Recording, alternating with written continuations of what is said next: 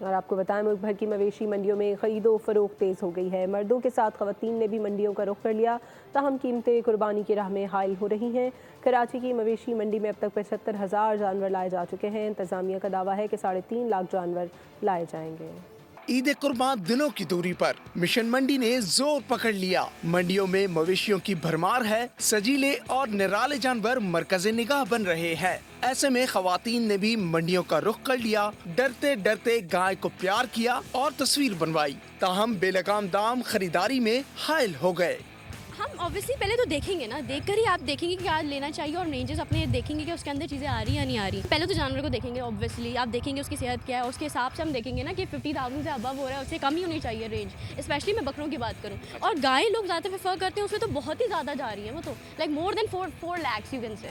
شہریوں کا کہنا ہے کہ قربانی آسان بنانے کے لیے حکومت قیمتیں کنٹرول کرے، جبکہ بیوپاری مہنگے چارے اور دیگر اخراجات کو مہنگائی کی وجہ قرار دے رہے ہیں۔